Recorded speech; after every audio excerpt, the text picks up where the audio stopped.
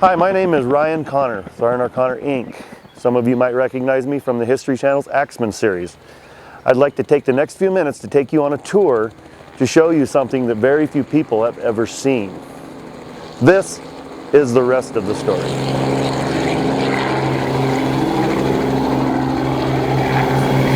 Basically what we're looking at here is the edge of the 2000 burn. You can look out ahead of us there and you can see that it goes on for a long ways. There's about 300,000 acres of this that burnt in 2000. We can fly around for hours and see the same scenario here. A lot of people don't know this is out here. And once again, this is all one fire of 2000.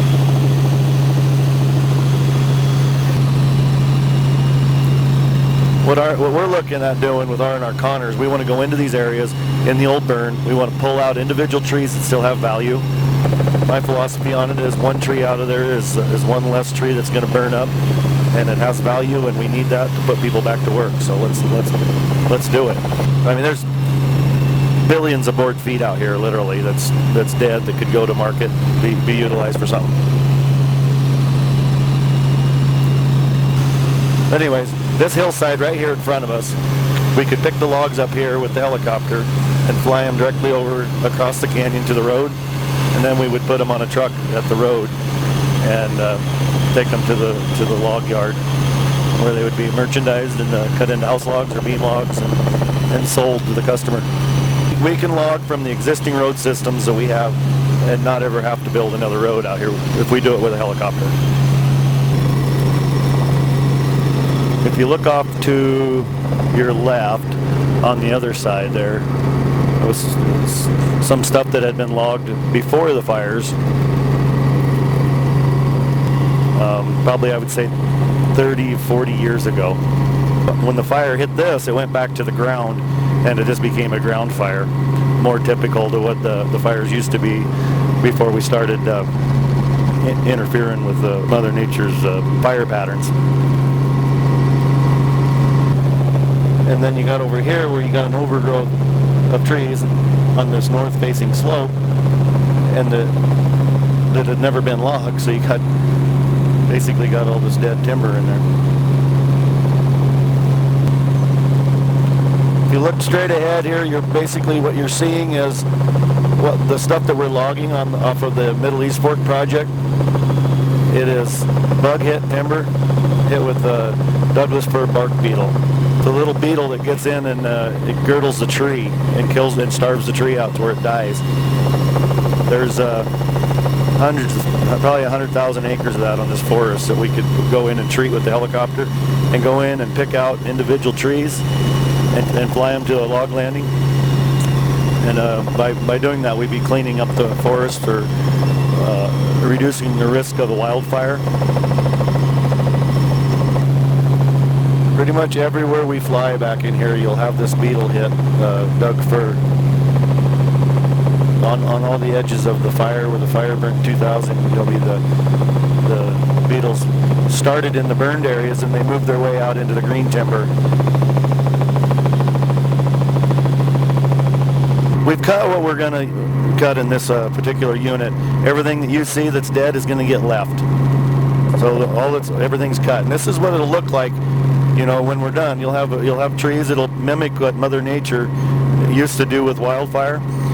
We left all the mature trees, and it'll allow these trees to grow and not be competing with other trees. The Forest Service will go through here and they'll do a burn, and they'll burn all the stuff that's left on the ground and put the nutrients right back into the soil. More this particular unit was done for the elk habitat. This is one of the units that the Rocky Mountain Elk Foundation really pushed for, because this is a critical area in here for the elk calving. You get a good view of it from here. It'll show it opened up the stand, allowed for better grazing for the elk and also reduced the risk of a wildfire. And when I turn around here, you're going to see what it looks like when they don't log it.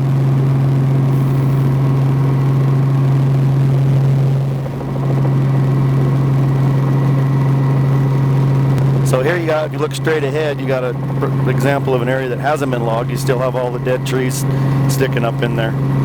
When a lightning storm comes through here, all these dead top trees here are just, they're kindling for a fire to get started is what they are. It's seasoned firewood is what it is. It's perfect firewood, and it's you know, when it falls down on the ground here and the fire gets in it, it's hard to put it out.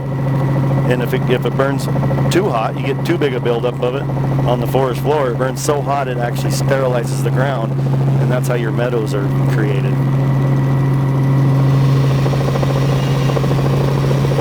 There's a beautiful drainage back in here, surrounded by state and Forest Service.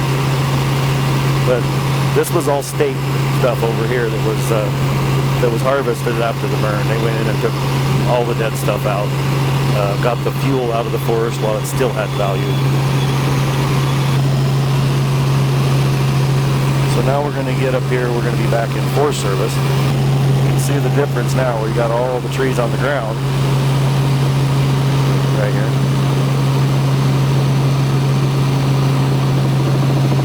I mean, it's night and day. This is state right here below us, and there's Forest Service above it. The Forest Service is handicapped by the special interest groups that don't want any commercial logging at all. I guess the big key to that is commercial. They don't think anything's commercially should be done on national forests. So, you know, they through some of the environmental laws that have been put in place, the Endangered Species Act is a big one, hurdle for them to get through. Stream setbacks and all those issues that have been implemented over the last 30 years, you know, that were actually put into place for a good reason, they're now the hobbles that are keeping the Forest Service from being able to do their job. The state operates under a whole different set of regulations, so they're able to get right in and manage their forest. This is a good example here of what a forest looks like if it has been managed prior to the fire, and a forest that has never been managed at all. The stuff that we're looking at with all the fuel on the ground here is federal land. The U.S. Forest Service owns this, or we own it, I guess. Just on the other side is private ground that was logged before the fire back in the 80s, and they thinned it out, did a really good job of selecting good, you know, trees to leave. And when the fire hit this, it went to the ground, and it was just a ground fire. All it did was clean the fuel up off the ground. So if I turn around here, you'll get a look at the difference between the Forest Service and the private ground that was managed. This is Forest Service ground right straight ahead of us, and there's a fence right there that separates it. All this fuel on the ground here, this has never been managed. You know, if they had done the same prescription as done on the private ground, you would have the same results as what's on the private ground. We got hundreds of thousands of acres, just like what we're looking at here.